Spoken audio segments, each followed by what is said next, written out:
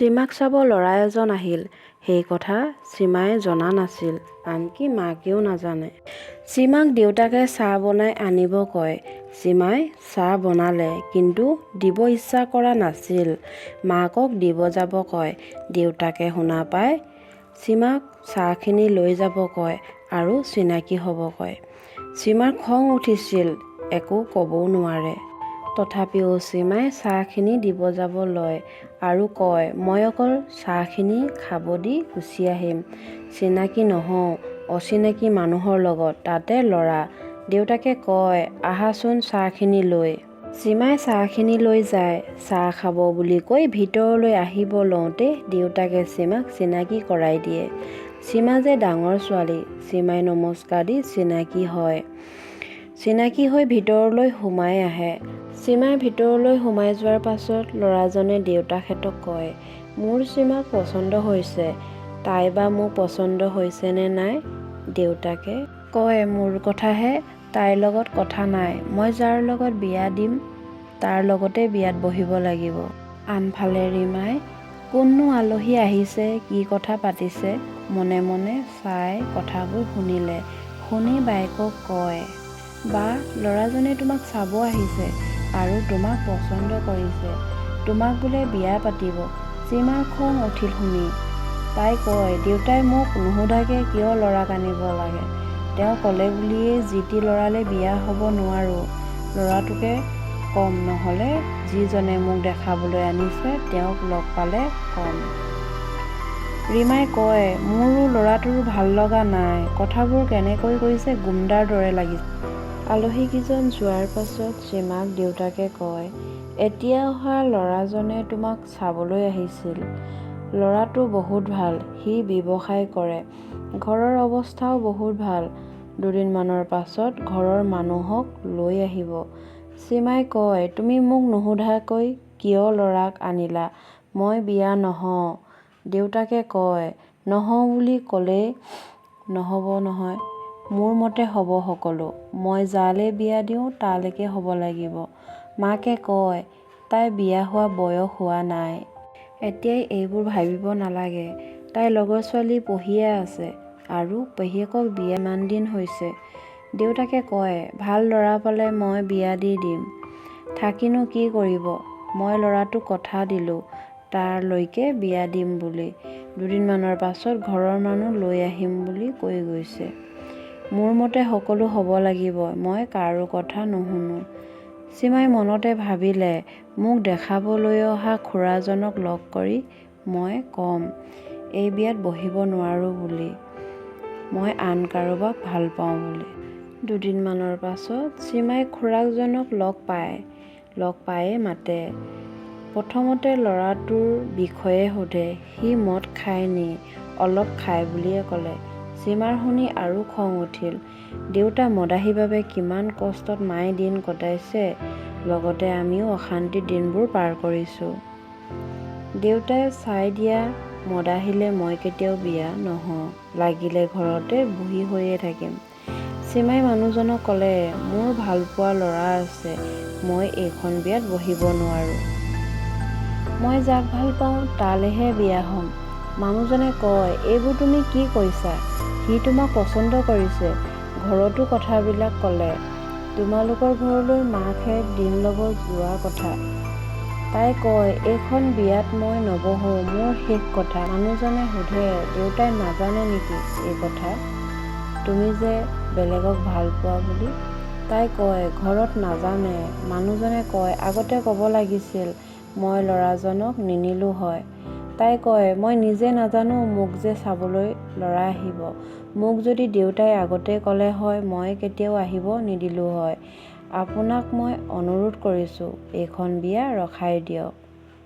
সীমাৰ কথা শুনি মানুহজনে ল'ৰাটোক সকলো কথা ক'লে। ল'ৰাটোৱে মানি নলয়। সি দেখাৰ দিনাৰ পৰাই তাইৰ ছবিখনেই মনলৈ আহি আছে। দেখাৰ দিনাৰ পৰাই তাইক ভাল পাই পেলালে। সি কয়, মই তাইকেই বিয়া পাতিম। পলুৱাই হ'লেও লৈ আহিম। কাইলৈ সিহঁতৰ ঘৰলৈ যাম। তাইৰ লগত কথা পাতিমগৈ। পাছদিনা সিহঁতৰ ঘৰলৈ যায় লগৰ এটাৰ লগত। বায়েকৰ মাত শুনি সীমাই খিৰিকীয়ে জুমি চায়। দেখে যে মোক চাব অহা ল'ৰাটো দেখোন। ভনীয়েকক মাতি কয়, তুমি ওলাই যোৱা, ঘৰত কোনো নাই বুলি ক'বা দেই। ৰীমাৰো সেই ল'ৰাটো পচন্দ হোৱা নাছিল, তালে বিয়া নোহোৱাটোকে বিচাৰিছিল। ৰীমাই বাহিৰলৈ ওলাই যায়। গৈ কয়, কাক বিচাৰিছে? ঘৰত কোনো নাই, মই অকলে আছোঁ। ল'ৰাটোৱে সোধে, বা ক'ত গ'ল আৰু মা দেউতা? ৰীমাই কয়, দেউতা কামৰ পৰা অহা নাই, মা এনাই ঘৰলৈ গ'ল, বা আইতা ঘৰত আছে। ইহঁতি কয়, কেতিয়া আহিব? তাই কয়, মই নাজানিম নহয়, দেউতা কাম শেষ হ'লেহে আহিব, সন্ধিয়া হ'লে, আৰু বা কথা নাজানিম।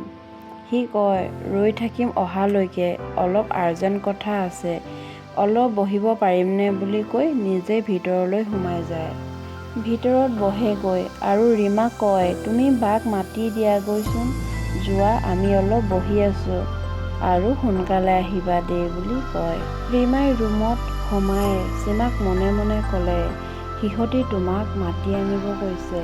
এটা কাম কৰোঁ, কালি পেহী আহিলে পেহীকে মাতি আনোগৈ দেই, তেতিয়া পাব শিক্ষা।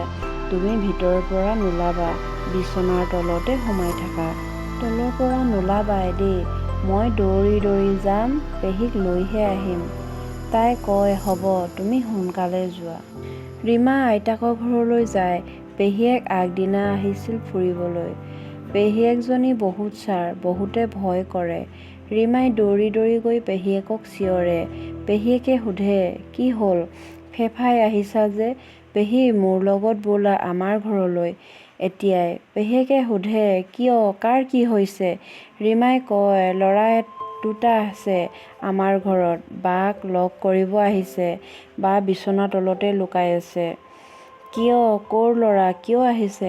ৰীমাই কয়, ব'লা যাওঁতে কৈ যাম, বা অকলে আছে, নহ'লে দেৰি হৈ যাব। পেহীয়েক ৰীমাৰ লগত যায়। ৰীমাই কথাবোৰ কৈ যায়। বাক চাব ল'ৰা এজন আহিছিল দুদিনমানৰ আগত।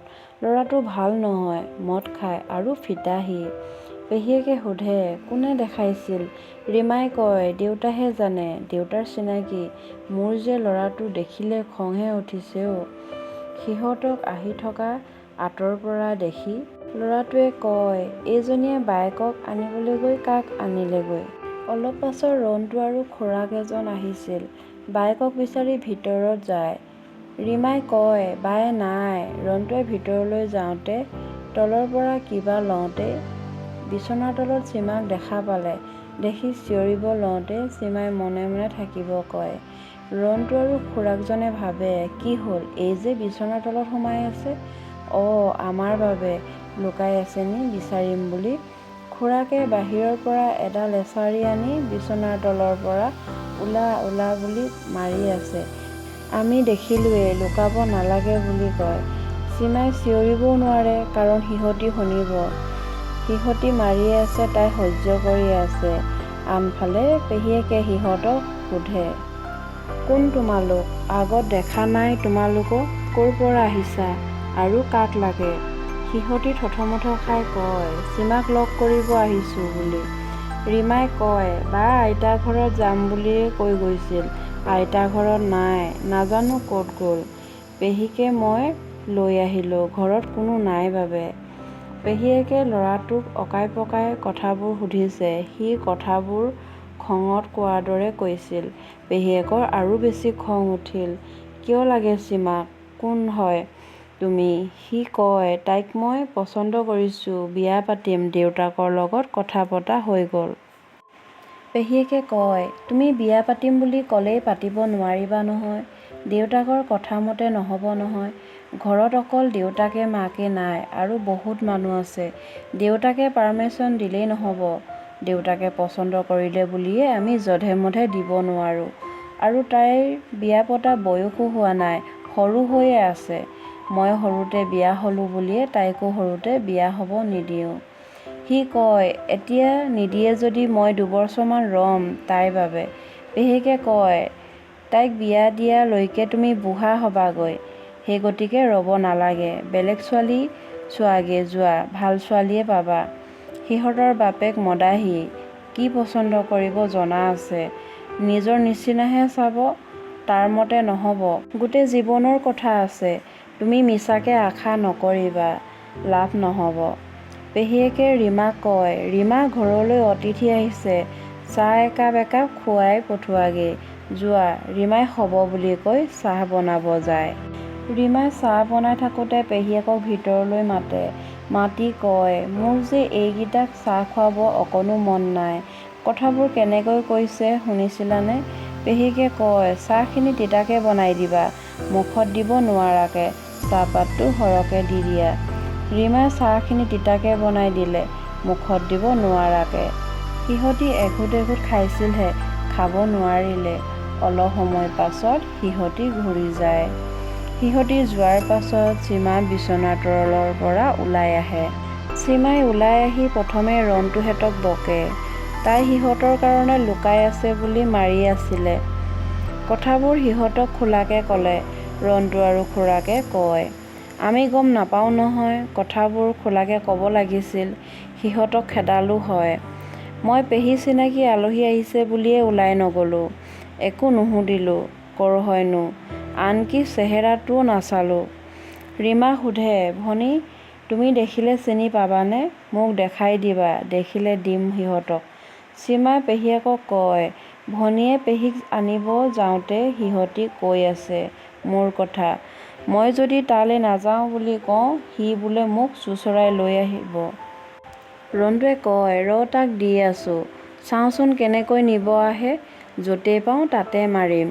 সীমাই কয়, তোমালোকে যে ভিতৰত চাহ বনাই আছিলা, সি পেহীৰ কথা লগৰটোৰ আগত বকি আছিল।